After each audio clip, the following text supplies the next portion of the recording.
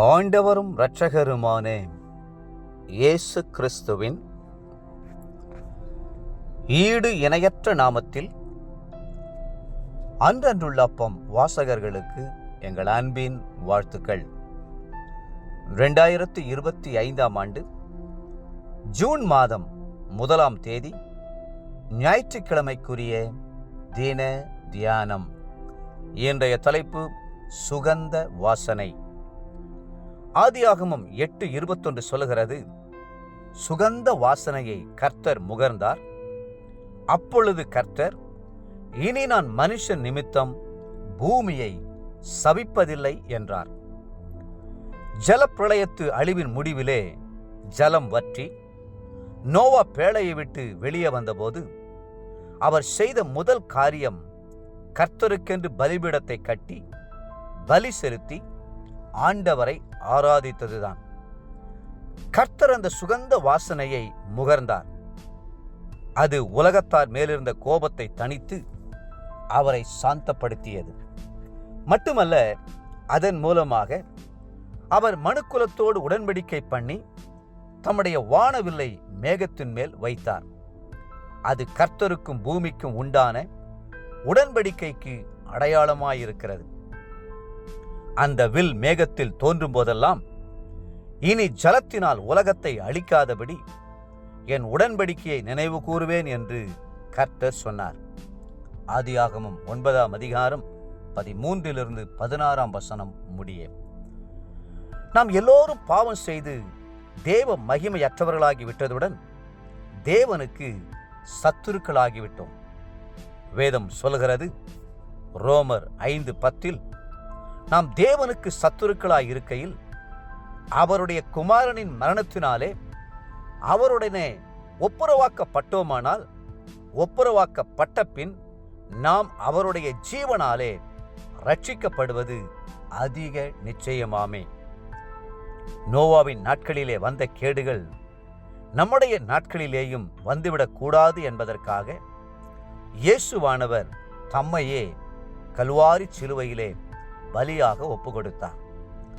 நோவாவின் பலியை சுகந்த வாசனையாக முகர்ந்தது போல கிறிஸ்துவனுடைய பலியையும் ஏற்றுக்கொண்டு நமக்கு பாவ மன்னிப்பையும் ரட்சிப்பையும் கட்டளையிட கர்த்தர் சித்தமானார்.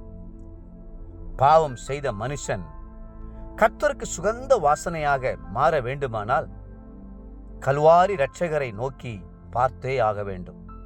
மட்டுமல்ல, இயேசு கிறிஸ்து எப்படி தன்னை தேவனுக்கென்று ஒப்புக்கொடுத்தாரோ அதுபோல நாமும் நம்மை சர்வாங்க தகன பலியாக அர்ப்பணித்து விட வேண்டும். அப்போஸ்தலனாகிய பவுல், சகோதரரே, நீங்கள் உங்கள் சரீரங்களை பரிசுத்தமும் தேவனுக்கு பிரியமான ஜீவபலியாக ஒப்புக்கொடுக்க வேண்டும் என்று வேண்டிக் கொள்ளுகிறேன் என்று எழுதினார். ரோமர் 12:1. பரலோக தேசத்திலுள்ள ஆயிரக்கணக்கான வாசனைகள் தேவனுக்கு பிரியமானதாய் இருந்தாலும் பூமியிலுள்ள பலியின் வாசனையை அவர் சுகந்த வாசனையாய் ஏற்றுக்கொள்கிறார். எந்த ஒரு மனுஷன் கர்த்தருக்கு கீழ்ப்படிந்து அவருக்காக தன்னுடைய வாழ்க்கையை ஜீவ பலியாக ஒப்பு கொடுக்கிறானோ அவன் கர்த்தருடைய பார்வைக்கு பிரியமானவனாயிருக்கிறான். அவன் செலுத்துகிற பலியின் வாசனையை கர்த்தர் சுகந்த வாசனையாய் ஏற்றுக்கொள்கிறார். என்னாகமம் 28ஆம் அதிகாரத்திலும் யாத்ராகமம் 27ஆம் அதிகாரத்திலும் பழைய ஏற்பாட்டு கால பலிகளை பற்றி தெரிவிக்கப்பட்டுள்ளது.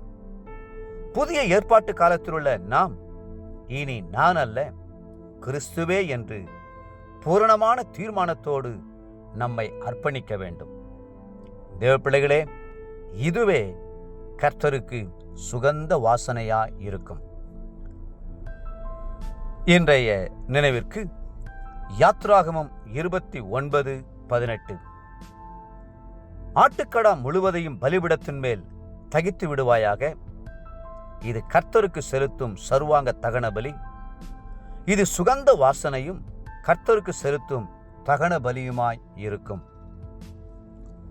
இன்றைய வேத வாசிப்பு காலை 2 நாளாகமம் 15 மற்றும் 16ஆம் அதிகாரங்கள், மாலை யோவான் 12ஆம் அதிகாரம் 27 50 வசனம் முடிய. அன்புக்குரிய அன்றனுள்ளப்பம் வாசகர்களே, மீண்டும் உங்களை வாழ்த்துகிறோம். உங்களை ஜீவ பலியாக சுகந்த வாசனையாய் கர்த்தருக்கு ஒப்புக்கொடுங்கள். கர்த்ததாமே உங்களை ஆசீர்வதித்து மென்மேலும் உயர்த்துவாராக. ஆமென்.